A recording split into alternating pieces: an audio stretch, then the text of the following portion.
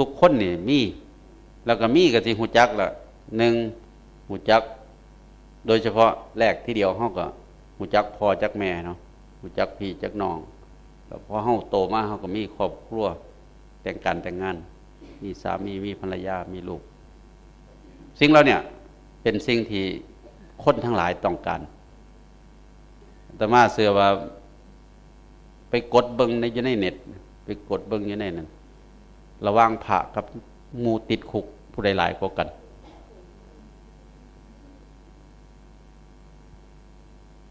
ติดคุกกับบวชนี่เกือบทอกันไม่ออกติดคุกผู้ใดไปติดหมู่ว่าติดคุกก็มีได้บัดนี้อันนั้นมันมาจากเจตนาหมู่ติดคุกนะหมายความว่าเขาตั้งใจเฮ็ดได้นะผู้ใดเคยมีพี่น้องก็คงสิฮู้จักอาตมาว่าท่านเคยเข้าคุกบ่ได้ไปเทศอยู่ในคุกจักเที่ยบอกว่ามันมีห้องสิเข้าไปเนี่ยเขาล็อกกุญแจจะว่าจักจิสั่นเนี่ยเข้าไปเขาย่านมันหนีเป็นอย่างจังย่านเป็นท่านย่านไปละล้านคนอื่นบัดเวลามันออกจากกายของเฮาแล้วออกจากวาจาของเฮาแล้วมันไปกระทบผู้อื่นสันคิดอยู่เนี่ยพระพุทธเจ้าว่าท่านปรับเด้พระก็บ่เป็นอาบัติเด้นะถ้าเมื่อใดมันล่วงละเมิดไปแล้วจังเข็นอันอาบัติที่มันหนักว่าภิกษุพูดเกี่ยวหญิงใช่ไหมพระพุทธเจ้าก็ปรับอาบัติหนักนี่มันล่วงจากวาจาไปแล้วเด้ล่วงจากวาจาไปแล้วท่านคิดซื่อๆเนี่ยบ่ท่านเว้ากับบ่ท่านปรับแต่ว่ามันใหม่อยู่ในใจแล้วเพราะฉะนั้นเนี่ย หมู่ที่เขาไปอยู่ในคุกเขาก็มีเจตนาสิเฮ็ดจังซั่นเมื่อเฮ็ดแล้วก็เกิดโทษเกิดความเสียหายตามมาเขาจับแล้ววันนี้จังพระบ่มีหม่องขังได้แต่หังมาอยู่ในวัดอยู่ย้อนหยังสันติเฮ็ดเว้าคืออาจารย์บุเรียนมาเป็นหยังคือบวชอยากกินข้าวแซ่บก็เลยบวช ท่านว่าของสิก็อันนี้ก็แม่นอยู่มื้อเช้านี่จนยื้อบ่ถึงพุ่นล่ะสันติกินอาหารก็บ่ต้องไปอยู่บ้านก็ได้สันติกินอาหารน่ะนะมากินอยู่วัดพี่ก็บ่ต้องไปหาก็ได้ก็สิได้1ศีลก็สิสะอาดโดยเฉพาะข้อปาณาติบาตบ่ต้องเฮ็ดก็ได้กินถ้าเฮ็ดจังซั่นนะแต่ที่นี่ปรากฏว่าพระก็บ่มีแนวล้อมเด้แต่ว่าอยู่ในเพศเป็นบรรพชิตจนตายจังซี่นะอยู่ย้อนหยังย้อนเจตนาเด้ส่วนหนึ่งอาตมาก็คิดอยู่ว่าเพิ่นคืออยู่ได้เพิ่นคืออยู่ได้โยมเงิดเพิ่นบ่อาตมาก็เงิดอยู่นี่นะว่าเป็นหยังคืออยู่ได้แต่ว่ามันมีอาหารรอเลี้ยงอยู่เด้ที่มันอยู่บ่ได้เพราะว่ามันถอดความพอใจถ้ามื้อใดยังอาตมาว่าพระก็อันตรายนี่หมายความว่าถ้ามื้อใดเกิดความบ่พอใจในความเป็นพระก็สิไปเป็นโยมทันทีโลดเพราะถ้าไปเป็นโยมนี่โยมบัดเว้าได้มั้ยแหมบวชมาแต่เฮิงกูก็นึกว่ามันสิบ่ซึกไปจอยฮะ แม่นบ่ล่ะนั่นมันหมายความว่าถอดความพอใจได้นะถ้าเมื่อความโลภเกิดขึ้นความกำหนัดเกิดขึ้นที่เป็นอันตรายแต่ปรากฏว่าพระเพิ่นอยู่ได้บางองค์อยู่อันที่บางองค์นี่ว่าสิบวช15 มื้ออยู่4 เดือน5 เดือนก็อยู่ได้โยมที่เจตนามากว่าสิรักษาอุโบสถศีลมื้อหนึ่งคืนหนึ่งแม่นบ่ก็ตั้งใจมาอย่างดีงอดมือมาแล้วบัดนี้มีเจ้าคนบัดนี้แต่ละบ้านอาตมาถามเบิ่งก็บ่เกิน50ได้เหรอแต่ละบ้านคนก็มีเป็น300 400พุ่นเด้แต่หังบ่มีคนสิมาถือศีลแล้วบัดนี้นี่ยังพอออกนี่หังน้อยซะบัดนี้เท่าใดล่ะอยู่เนี่ย5นั่นแม่ออกให้แบ่งกันนี่สิได้หลายปานใดนี่แบ่ง สิบ่ได้ผู้ละ20พุ่นบ่ เออ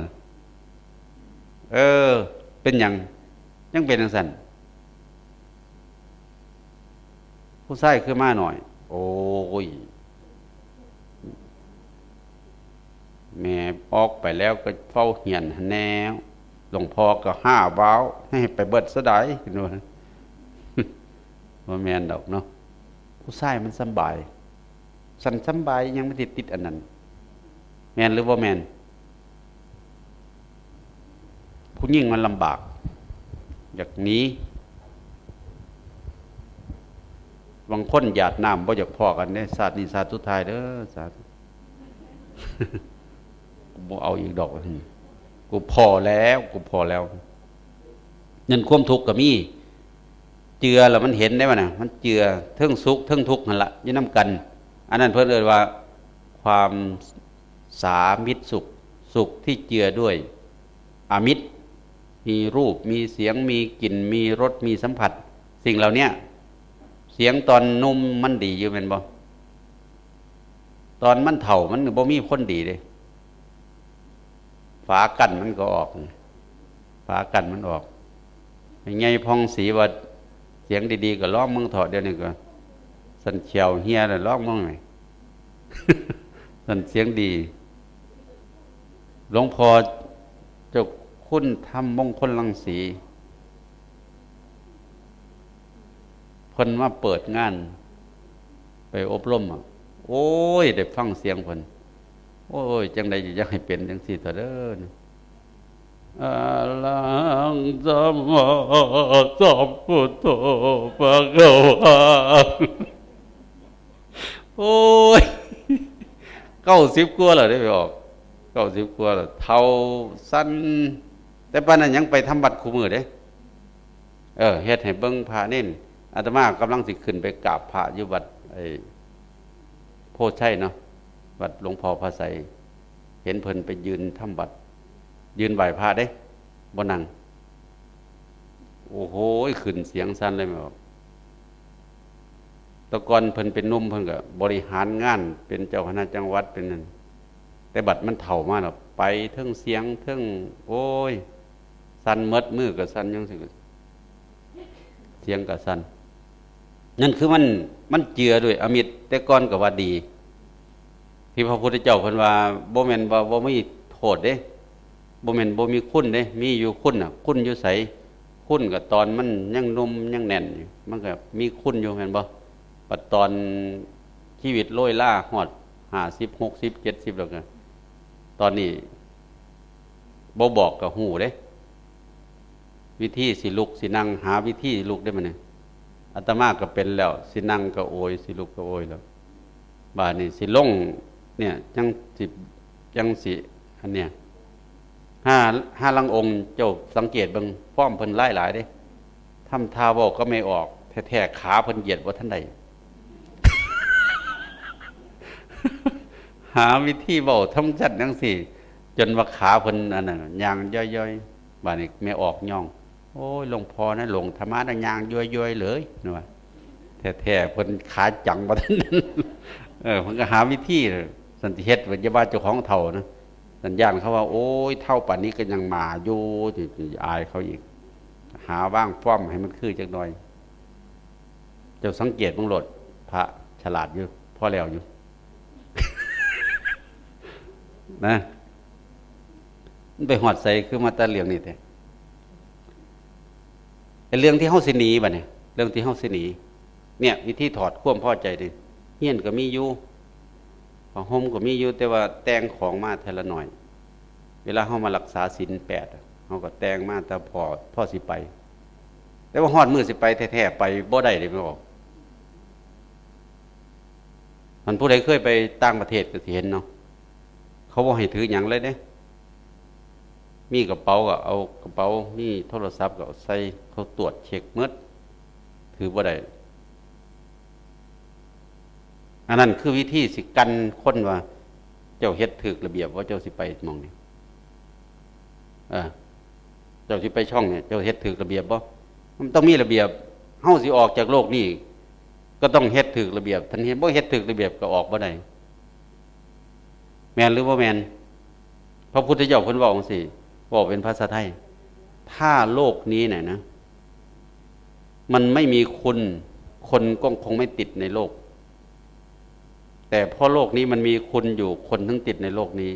ถ้าหากว่าโลกนี้มันไม่มีโทษคนก็คงไม่เบื่อหน่ายในโลกนี้แต่เพราะโลกนี้มันมีโทษอยู่คนถึงเบื่อหน่ายในโทษแต่ถ้าหากว่าโลกนี้มันไม่มีทางออกคนก็คงจะออกจากโลกนี้ไปไม่ได้แล้วถามหน่อยสิว่าอะไรคือคุณของโลก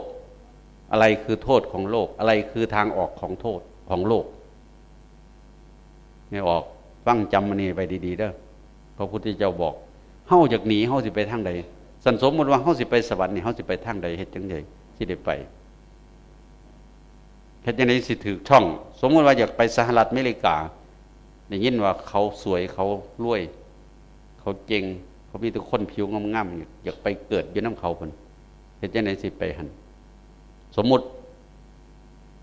แรกทีเดียวต้องไปเฮ็ดพาสปอร์ตแม่นบ่มีประวัติชัดเจนต่อมาก็ต้องมีเงินจองเครื่องบินเอาไว้จังสิได้ไปนี่คือวิธีสิไปเราฮอดมือนัดแต่งของไปเดี๋ยวยังไปแน่น้ำหนักบ่ให้เกินสิ่งผิดกฎหมายบ่ต้องมีนี่คือวิธีเขาสิออกจากนอกประเทศนี่แล้วเงินต้องเปลี่ยนบัดนี้เขาบ่ใส่เงินนี้สิเอาเงินใดบัดนี้เอาเงินประเทศเขาเอาเงินที่เขาใส่เขาก็ต้องเปลี่ยนสิ่งที่เขาหามาได้ต้องไปเปลี่ยนเป็นของเขา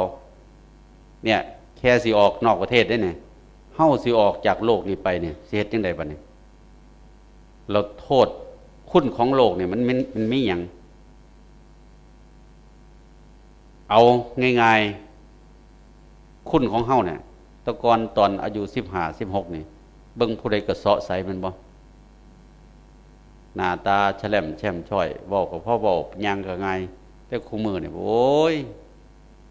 อาตมาว่าพ่อได้ลูกนี่ยางเสียศูนย์เลยบ่ทันอันนั้นดอกบ่ทันได้ออกเบิ่งตอนมีลูกก็แล้วกันบ่ตอนตั้งท้อง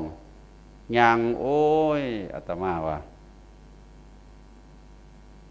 หลังแอนแทบแทงเห็นบ่เสียศูนย์แล้วนั่นตอนเป็นสาวนี่งามนั่นโทษเราได้มันสัญจางหันไปอีกบัดนี้ตอนนี้อายุ80กับตอนอายุ16คือกันบ่บัดนี้เอาที่รูปมาเทียบกันต่างกันบ่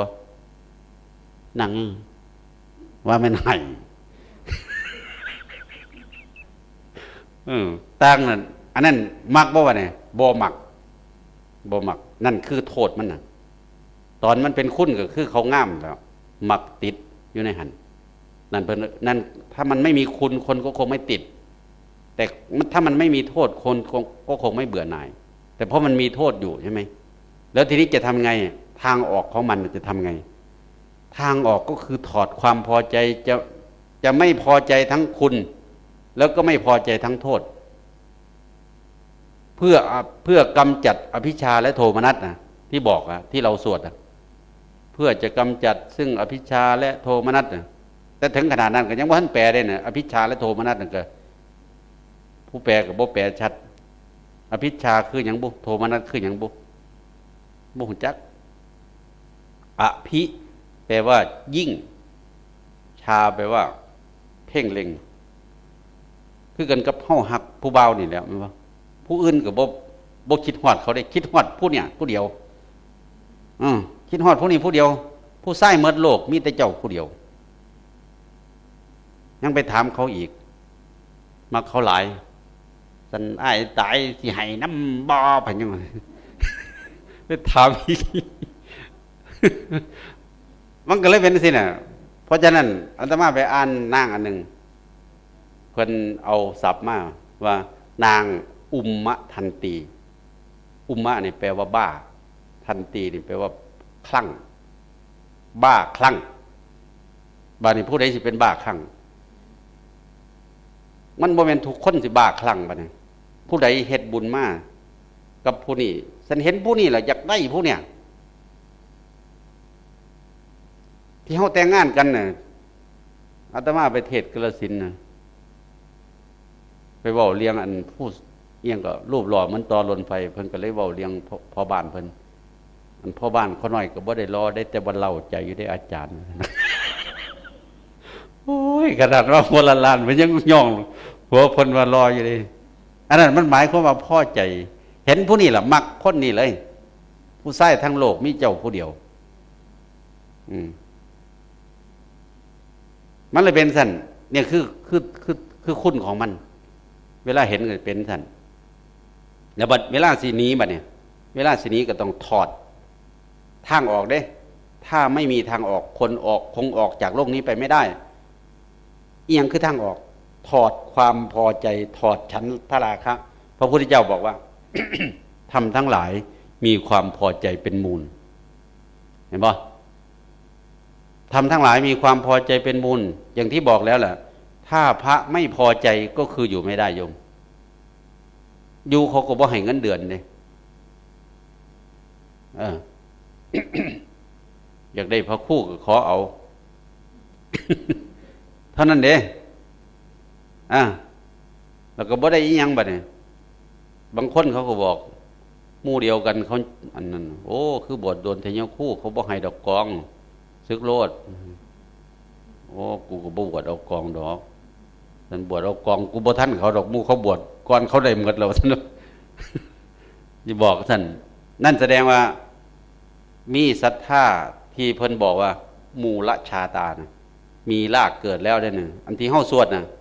ลองไปหาเบิ่งไม่ออกสันเป็นคนมักอ่านจักหน่อยไปลองเบิ่งอันที่ว่าอาจลาน่ะแปลว่าหยังที่เฮาสวดน่ะ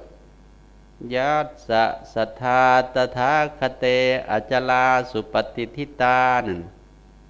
แปลว่าจังได๋ศรัทธาของผู้ใดตั้งมั่นไม่หวั่นไหวในพระตถาคตเจ้าเพิ่นว่าดอกสีลัญจะยัตตะกัลยาณังเร็วโอ้เตียงดื้อคือแต่บ่ทันหูจักมันเว้านำตัวหนังสือซื่อเพราะฉะนั้นเนี่ยเฮาสิมีศรัทธามั่นคงนี่บ่แม่นของง่ายเด้เว้ากับพระกับเนี่ยนั่งคุยกันพระหนุ่มๆ30-40นี่โอ้สันบ่มันบ่อันนั้นอีหลีติยากอยู่ได้ไม่ออกอยู่ยากอยู่ดูยากเห็นเพิ่นพระเพิ่นบอกให้ฟังเนาะองค์นึงอ่ะดำหน้าตาก็ยังสิเด่นแต่ยังมีผู้มามักอยู่โอ้ย ไปนำเขาว่ะดิไปนำเขามันมักย้อนหยังฮู้จักบ่มักย้อนมันเว้าจริงโทรไปอยู่ที่ไหนเนี่ยอยู่วัด โทรไปหาผู้เว้ามันตัวบัดนี้มันตัวขนาดคุยกันจะกับผู้อื่นนี่ตอนนี้อยู่คนเดียวเหงาเหลือเกินอยากบอกกับเฮาตัวเป็นสอบถามได้ถึงบักนั่นสิรอมีเงินเขาก็บ่มักบัดแต่ว่าไอ้นี่หน้าตาเป็นคนห้องให้ได้ ยังมามักอยู่เนี่ยเอาซึกจนได้เนี่ยโอ้ยกูเงินจนกูว่าหมู่นี่สิดับเสียอีกบ่ดับพ่อเจ๊พ่อจะลายเย้ป้านั่นแหละคนผู้มีศีลมีธรรมเนี่ยเขาไว้ใจได้นะเขาก็เลยหมักแต่ว่าไปแล้วมันบ่คือก็ถอยมาไหมถอยดีกว่าไม่เอาดีกว่าแล้วที่แรกก็ว่ามันสิดีมันไปเจียกันก็มันนั่นแหละอันนี้เพิ่นบอกให้ฟังได้เนี่ยเพิ่นบอกให้ฟังเพราะฉะนั้นมันบ่แม่นว่าแต่ว่าก็บ่แม่นว่าบ่ติดเด้คนทั้งหมดนี่อาตมาไปเบิ่งจำนวน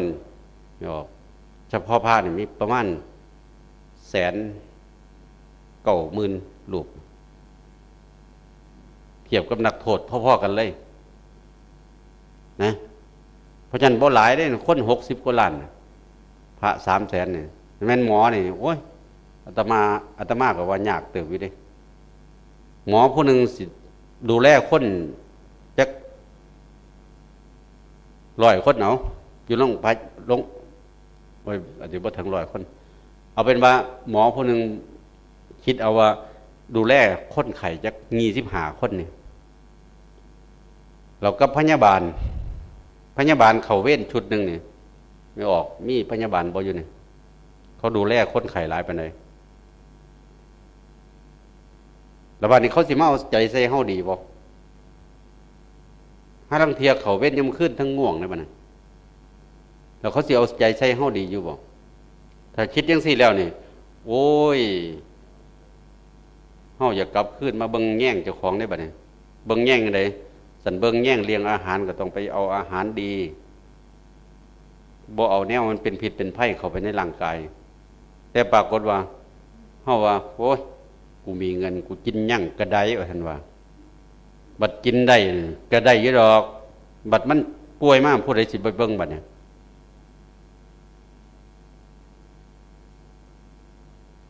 ผู้อยู่เฮียนสิไปบ่ล่ะเป็นซะได้ละแม่สู้นะโอ้ยค่อยก็ว่าเป็นนักอยู่อีพอหมอก็ว่าซะได้เขาว่าสิวางยาให้แห้งก็เก่า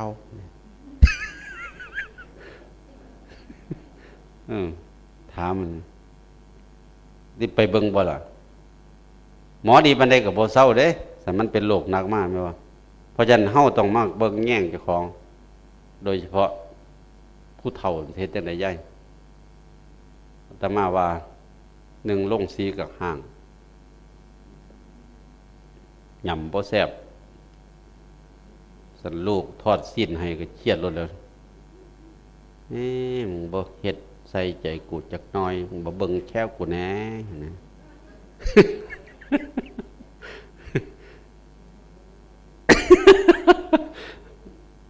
แต่ก่อนบ่เคยคิดเรื่องนี้เด้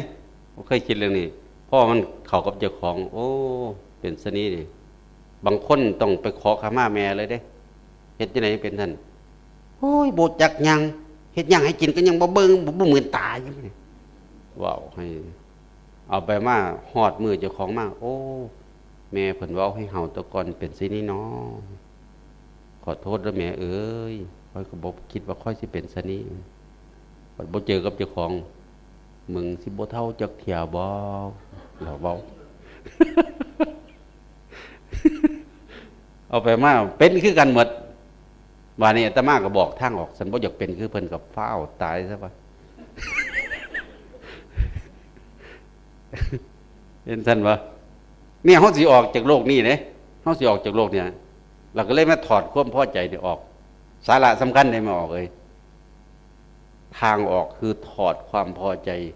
ทั้งดีและไม่ดีถอดออกจากนั้นเฮ็ดคือพร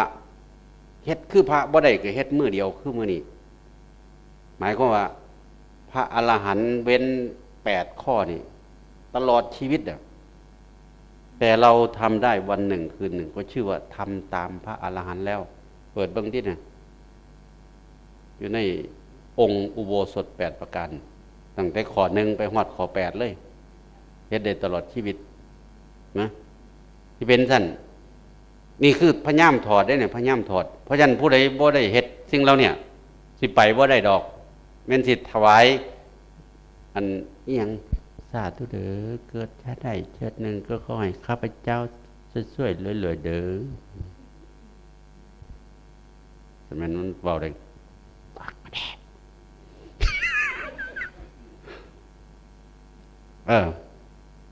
เพราะหลายเฮือนมาเฮ็ดบ่ถูกได้ยายเฮ็ดบ่ถูกนะเฮ็ดบ่ถูกบาดนี้มื้อนี้เขาเว้ากันหมายว่าหมดเวลาแล้วบ่เว้าแป๊บเดียวซั่นได้ย่ำเว้าย่ำนั่งฟังเขามันนานลงกระดอกกระเดียแฮ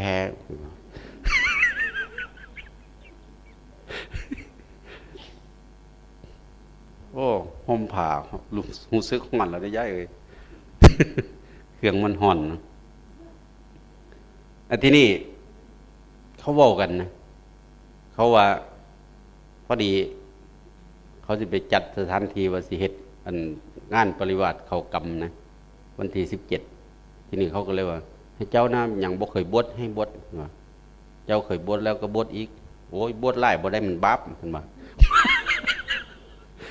บัดไปหาปลาบ่ย่านบาปสิให้บวช2เที่ยย่านบาปพี่บ้าเอ้ยว่า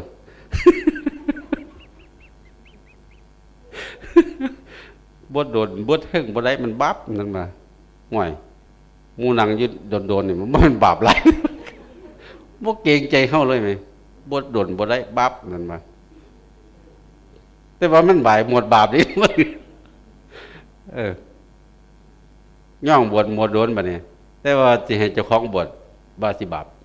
แต่ว่าไปหาปลาบ่ย่านบาปคนนี้ก็แปลกอยู่เนาะเพราะฉะนั้นนี่เวลาเฮาสิเฮ็ดนี่ยากจะได้ไม่ออกเลยเนี่ยเฮาเฮ็ดจังซี่บ้านอันนี้บ้านหยังบ้านผาพุงโนนผาพุงแล้วมีจักคนเนี่ยฮะใส่บังดูโนนผาพุง2 3โอ้ยเห็นบ่คนบ้านเดียวก็บ่ได้คือกันได้บัดนี้หมู่มานำกันกับพ่อหน้าพกบ้านเห็นบ่ขนาดมานำกันได้ยังบ่ได้คือกันจะสิไปว่าให้กูได้คือมึงเด้อปะนะโอ้ยกูพากมึงไปก็ได้นำกันแน่ๆคือว่าขนาดฝากเขาไปก็สิได้คือกันแนวปะนะสั้นๆกับบ่มาแล้วเนาะฝากมานำฝากฟังเทศนำในเด้อกูฝากมึงไปแล้วกูก็ได้ทอมึงหะแนวนอนอยู่บ้านสิได้ทอเขาจังได๋บ่ขนาดอยู่ในศาลายังบ่ได้นำกันอยู่นี่พุ่นหมู่นึงเพราะนั้นให้พิจารณาที่ถ้วนเนี่ยบ่ได้คือกันดอกเพราะฉะนั้นคนก็งามคือกันหมดตัวเนาะบ่คือกันสำคัญอยู่ไสสำคัญที่ใจเฮ็ดใจให้มันเที่ยง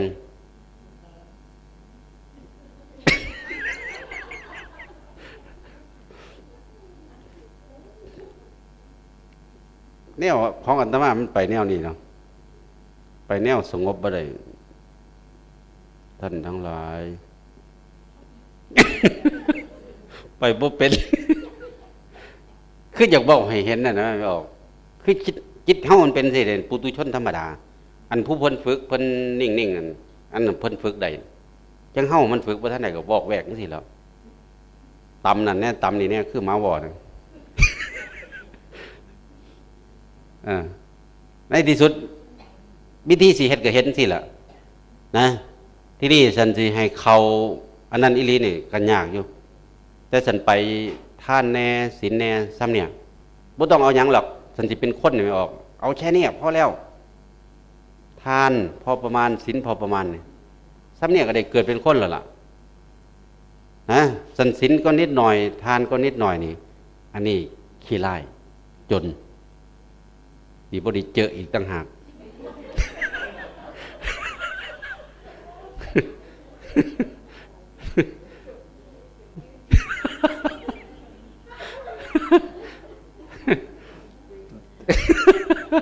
บ่มักได้แม่นบ่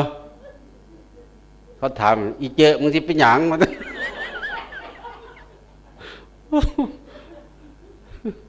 เขาเว้าอยู่ว่าโอ้ถ้าเป็นจังซั่นก็หนักอยู่เลยเนาะมันเป็นหยังล่ะมันบ่เต็มหน้าตาดีได้ผิวขาวแต่ว่าบ่เต็มเฮาดำแต่ว่าเฮาเต็มอยู่ดีวะคนสุดเลยท่านไม่ออกสุดเลยสติปัญญาบ่เต็มนี่เช่นเป็นคนก็บ่ประโยชน์เลยเด้หนึ่งฟังเทศบ่ได้เอาง่ายๆซะว่านั่งสมาธิบ่ได้สิให้หมู่บ่เต็มนี่บ่ได้เราเพิ่นว่าหมู่กระเทยบัดนี้นั่งสมาธิบ่ได้นึงสั่นให้เขาไปแต่งนั่นแต่งนี่เขาเฮ็ดได้หมดมื้อหมดคืนให้ไปเต้นดงไปได้ สิแม่นนั่งสมาธิคือผู้ชายนี่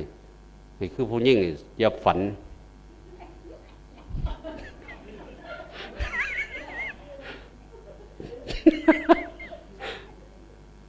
เห็นบ่เคยเห็นบ่สิให้สงบบ่ได้ดอกอันหมู่บวชเป็นพระอันบอกแวกคือกันย่างบับแล้วบาดนี้มันจังไปเฮ็ดจังได๋นี่อันใส่สบงเฮ็ดคือกระโปรงผู้หญิงย่างขาแบบหัดให้กันดีไปว่าท่านพ่อมือนุ่งสบงคือกันเมื่อย่าง ย่างเห็นเงาขาแบบเฮ้ยกูก็เมื่อยเลยเว้ยนั่นมันฝึกน้ำกันได้น่ะฝึกน้ำกันแล้ววันนี้เฮามาฝึกเสียโดยเฉพาะอาตมาน่ะฟังอาจารย์สมภพหลายนะเพิ่นว่าแมวออกผู้ใดที่นั่งนิ่งๆแต่ก่อนนี่เกิดเป็นผู้ชายแต่ว่าหลงละเริงในผู้หญิงศาสตร์นี่แล้วมาเกิดเป็นผู้หญิงเจ้าของมีทุนเดิมเยอะกันเลยพอบ่เสียร่องมั้งเนี่ยพอออกก็ไม่ออกนั่งแข่งกันมึงสันสู้ไม่ออกได้นะอันนี้ทุนเดิมได้ไหนทุนเดิมมีเพราะนั้นมันก็บ่อื่นไกลดอกอาตมาก็บ่รู้จักว่ามันเป็นไดแต่ไปอ่านตำรับตำราก็ส่วนหนึ่งก็มีอยู่นะส่วนหนึ่งก็มีเพราะนั้นถ้าหากเฮาปฏิบัติได้จังซี่ถ้าอยากจะพ้นอยากจะออกนี่ก็วิธีออกก็ทำอย่างนี้แหละไม่มีทางอื่นที่จะขี่เครื่องบินไปอะไรไปเนี่ยไม่ไปไม่ได้จะต้องถอดความพอใจออกทำทีละนิดทีละน้อยมาในชาตินี้ได้เท่านี้นะเคยอย่างโยมผู้หญิงที่บวชเป็นชีบางคนบวชตลอดชีวิตเงี้ยก็รักษาพรหมจรรย์ได้ตลอดชีวิตก็ยังดีหรือพระภิกษุก็เหมือนกันบางองค์มาก็บวชได้10 วันก็ศึกบางองค์ได้3 เดือนศึกบางองค์3 ปีศึกบางองค์20 ปีศึกบางองค์30 ปีศึกเนี่ยก็มีอยู่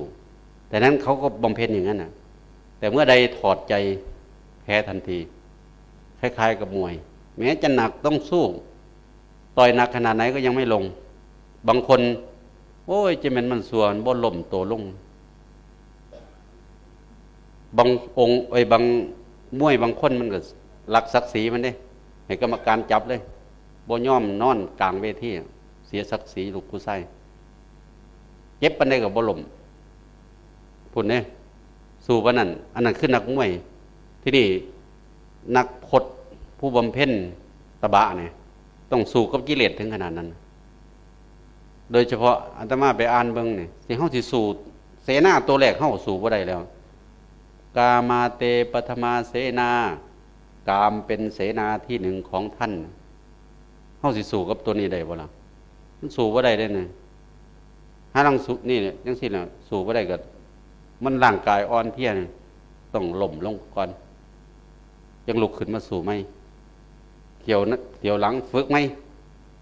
โอ้ยกูไปเที่ยวนั้นกูไปนอนแล้วอายเข้าแล้วกูแก้ตัวใหม่ก่อนบ่ท่านโดนเอาอีกแล้ว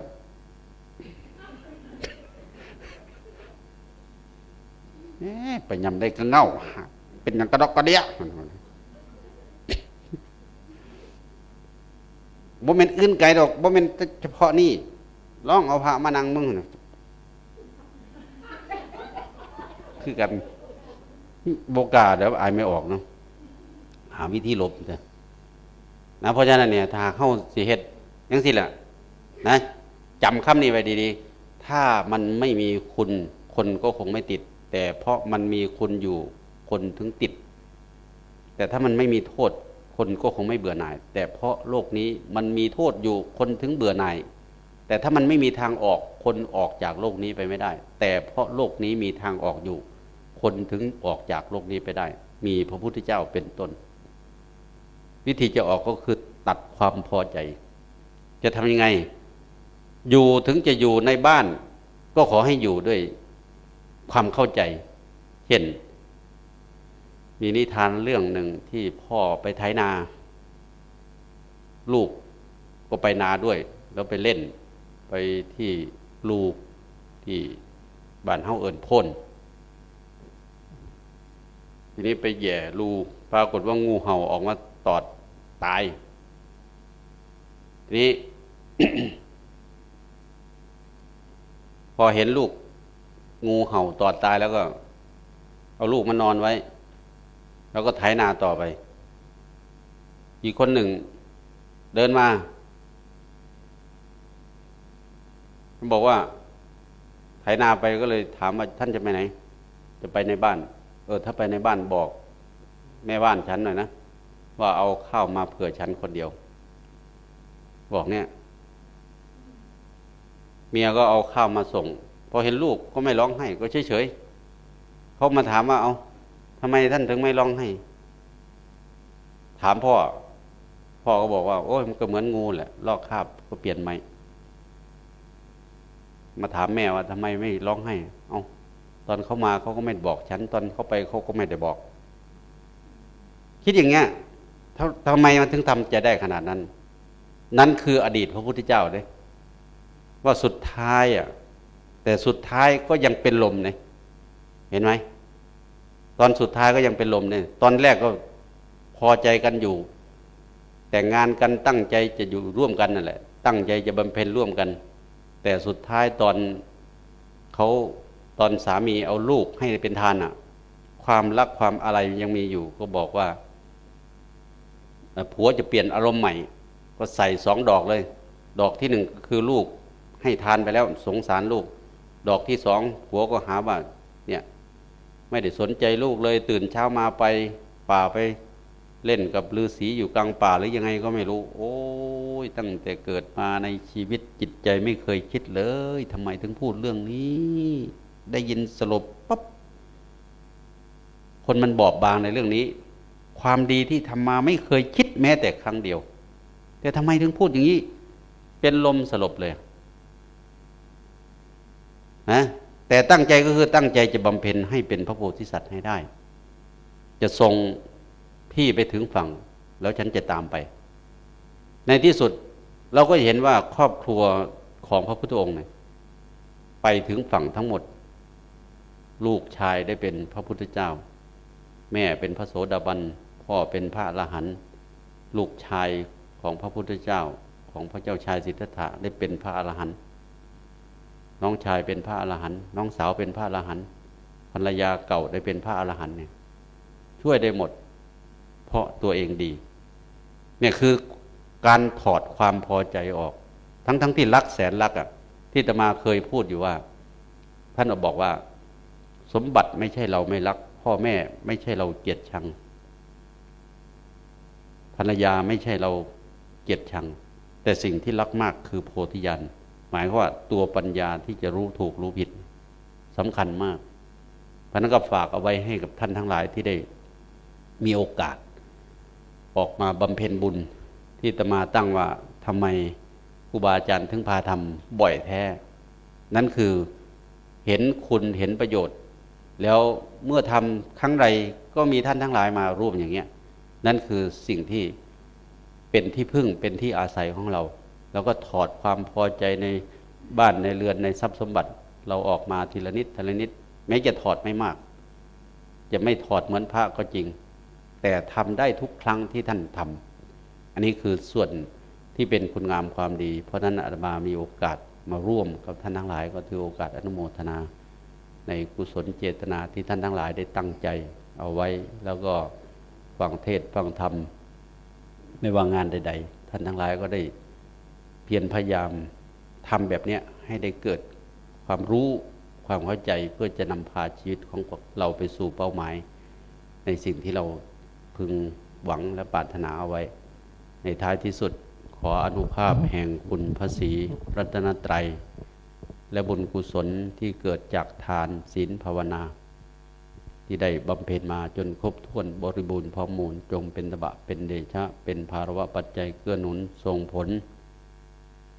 ดลบันดาลให้ท่านทั้งหลายเป็นผู้ปราศจากทุกข์โศกโรคภัยถ้าปรารถนาสิ่งหนึ่งประการใดด้วยบุญด้วยกุศลที่เราทำแล้วไซขอสิ่งนั้นจงพันสำเร็จ